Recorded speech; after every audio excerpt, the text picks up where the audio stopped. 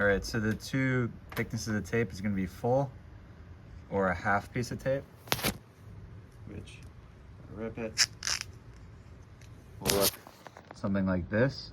And then you're just, once this is fully wrapped around the circle once, then this becomes your standard base, just a half piece. Take a full piece and wrap it around like that.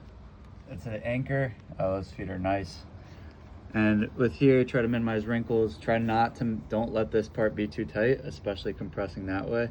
We don't want the midfoot to be overly compressed, but this is pretty much the only full width piece tape. Then we have our second anchor up here. It's gonna be under the knuckle of the toe and above this knuckle. Those are our two anchors, that's our base. Then I'm gonna cut more half widths about the distance from my top anchor to my bottom anchor. I'd rather it be too long than too short, but you can just pre-measure before you cut. Put the piece of tape on the top anchor first and then pull down to the bottom. So toe to midfoot. And then the goal, it should be neutral with a slight bend into flexion or towards the base of the foot relative to extension. So neutral base, slight bend, and then I'll pull. Here's an example.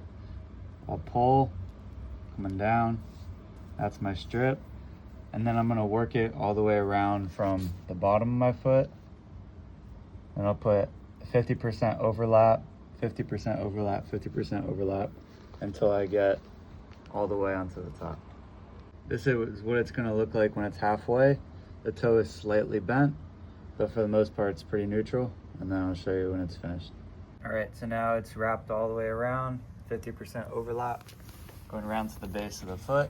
And then from there, we'll polish it up. We'll put another anchor going around the midfoot, another anchor going around the toe, and I'll show you the final. Here we go. Now we have the second anchor on the bottom, second anchor by the toe, and that puppy's wrapped.